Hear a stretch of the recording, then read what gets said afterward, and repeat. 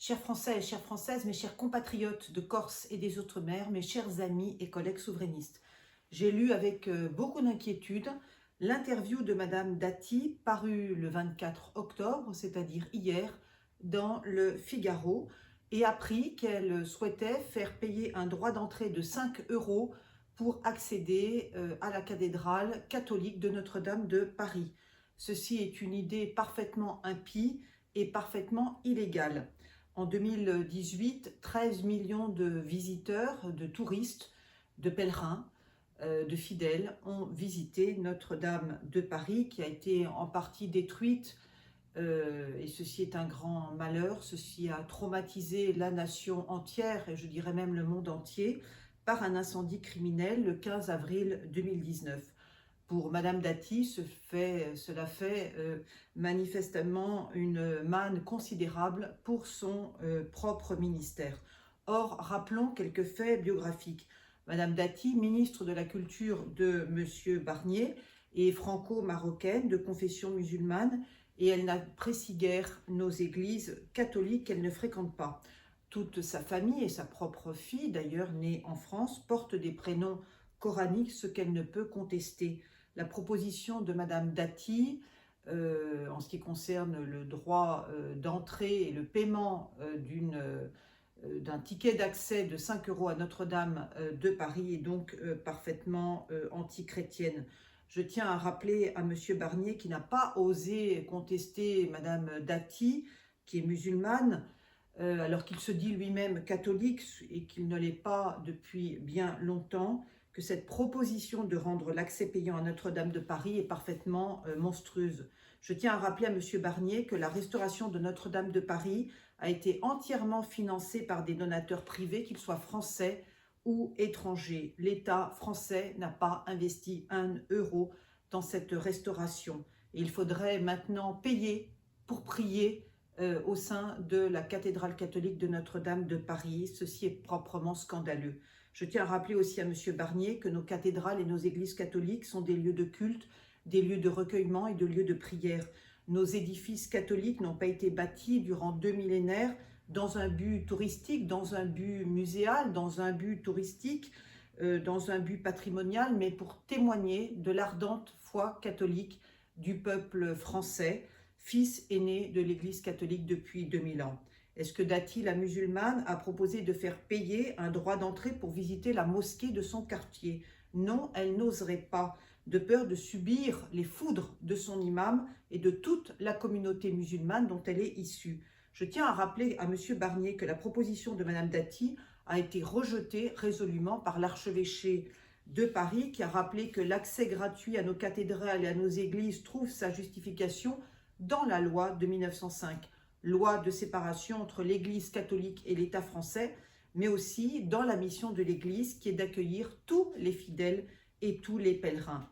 Or, dans cette loi de 1905, il est bien indiqué que les cathédrales catholiques sont la propriété de l'État français, qui se doit de les protéger, de les entretenir, de les rénover dans le respect des règles de l'art, et que selon cette même loi, les églises catholiques sont la propriété des 35 000 communes françaises qui se doivent aussi de les protéger, de les entretenir et de les rénover.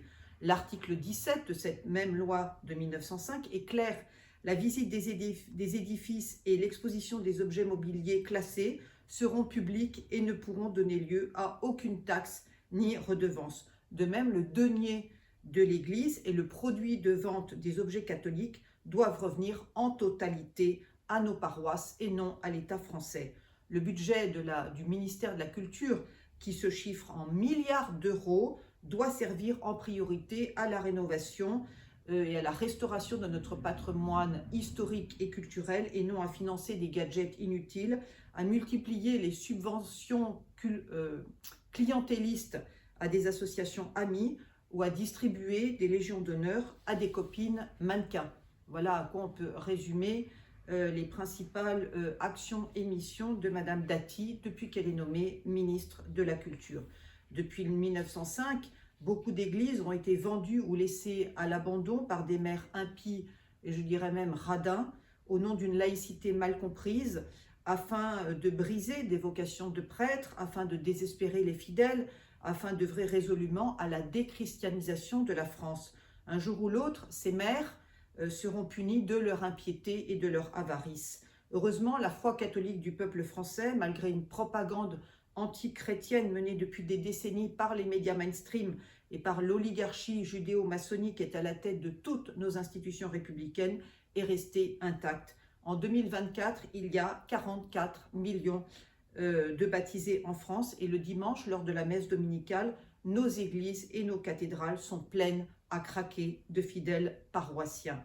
En tant que présidente des souverainistes et ferventes catholiques, j'invite les Français, les Françaises et nos chers compatriotes de Corse et des Outre-mer à retrouver le chemin du baptême, à retrouver le chemin de la morale chrétienne, à retrouver le chemin de la messe dominicale et à porter fièrement autour du cou, comme je le fais, ou du poignet, leur croix chrétienne. La foi catholique est parfaitement compatible avec la laïcité à la française et je suis moi-même une fervente catholique et très attachée à la laïcité à la française qui sépare le spirituel du temporel. Si nos compatriotes vont à la messe chaque dimanche, comme je le fais moi-même depuis ma plus tendre enfance, alors leur vie changera en mieux et je dirais même que leur santé physique, intellectuelle et spirituelle retrouvera une nouvelle jeunesse. Car la foi catholique apporte énormément de joie, apporte énormément d'intelligence et apporte énormément de clairvoyance. Or, il en faut dans ce monde gangréné par le mensonge, gangréné par la propagande antichrétienne, gangréné par la violence et gangréné par la désinstruction nationale. Au vu de la proposition de Madame Dati, nous avons donc une nouvelle fois la preuve que le gouvernement Barnier est un gouvernement sans foi, ni loi, ni moralité, et d'une cupidité parfaitement insoutenable.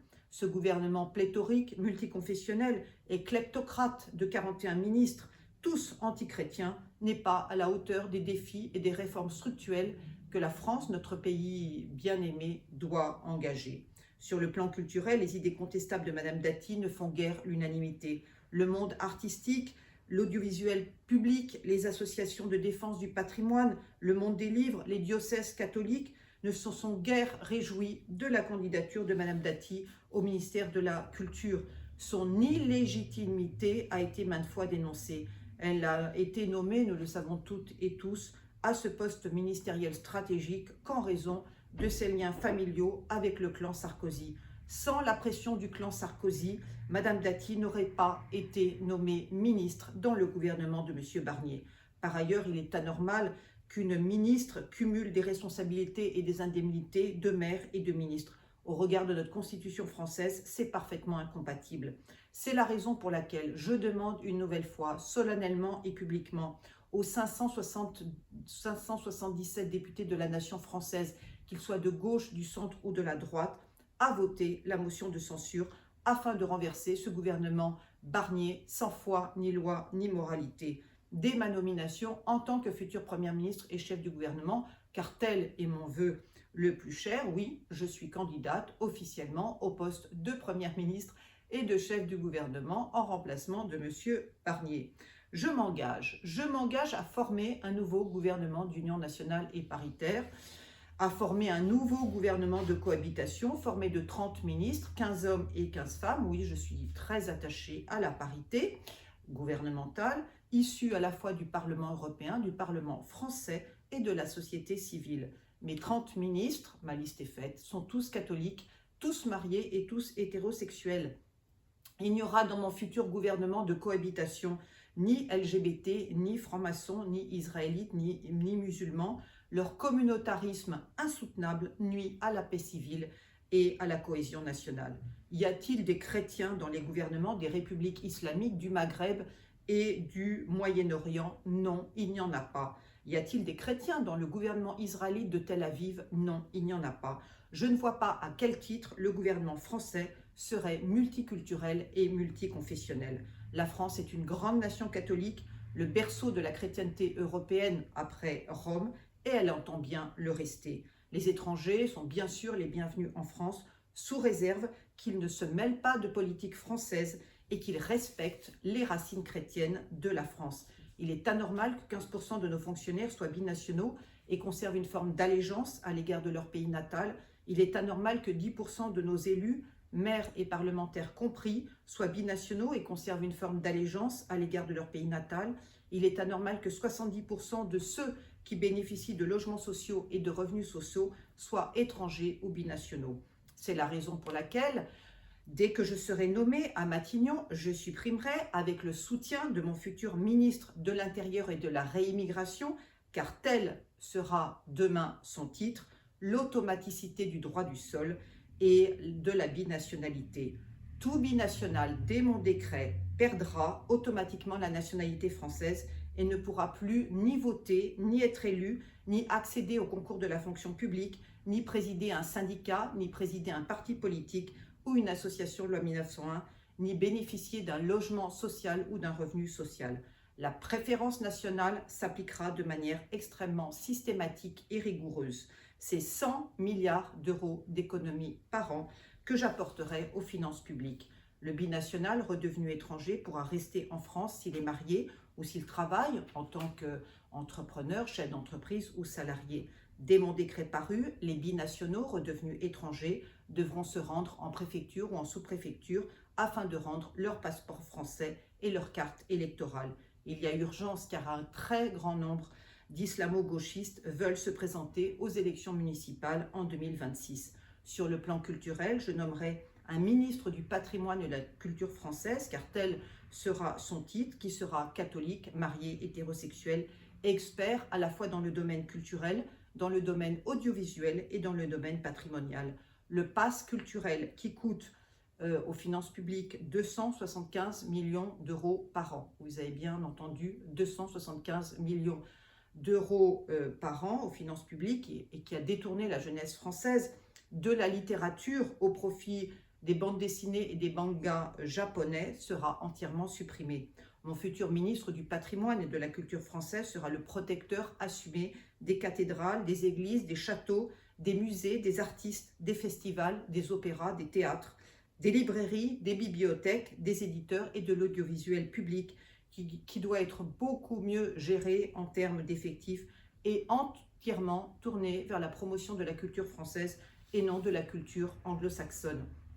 Depuis la nomination de Mme Dati au ministère de la Culture, le marché du livre a baissé de 3% et l'intelligence artificielle écrit désormais de faux livres à partir de contenus littéraires non protégés. Quant aux blancs manteaux des 110 000 édifices catholiques qui font depuis 2000 ans la beauté de nos villes et de nos villages, ils trouveront en moi, présidente des souverainistes et ferventes catholiques, leur meilleure ambassadrice. Je m'engage en effet à sanctuariser nos 100 000 catholiques, églises et édifices catholiques qui seront tous rendus au culte catholique et tous ornés d'une belle croix chrétienne.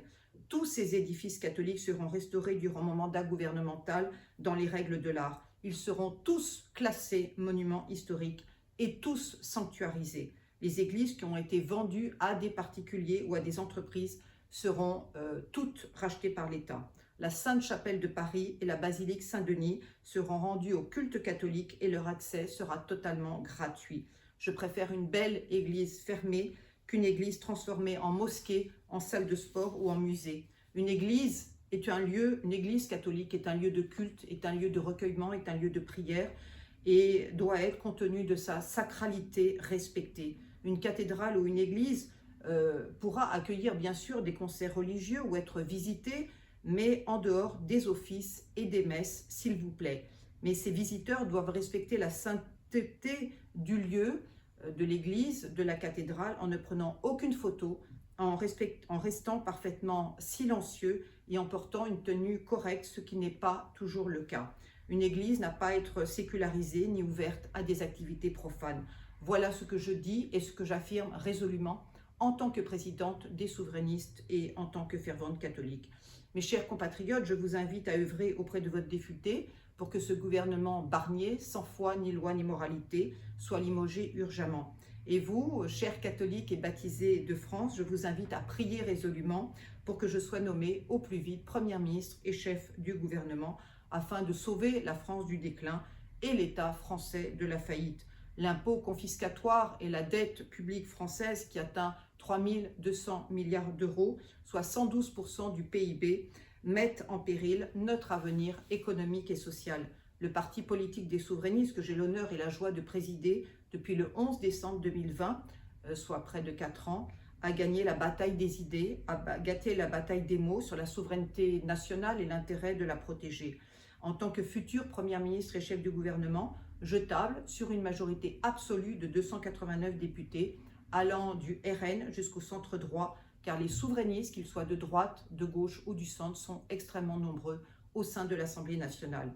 Il nous faut désormais entrer à Matignon pour mettre en œuvre le programme des souverainistes, le meilleur pour redresser la France et protéger surtout la culture française et le patrimoine français des injonctions de l'oligarchie judéo-maçonnique qui est à la tête de toutes nos institutions républicaines.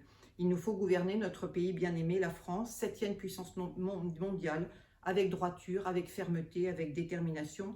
Voilà mon engagement et vous pouvez compter sur moi, mes chers compatriotes. Vive la démocratie, vive le peuple souverain, vive la France souveraine, libre, indépendante et résolument chrétienne.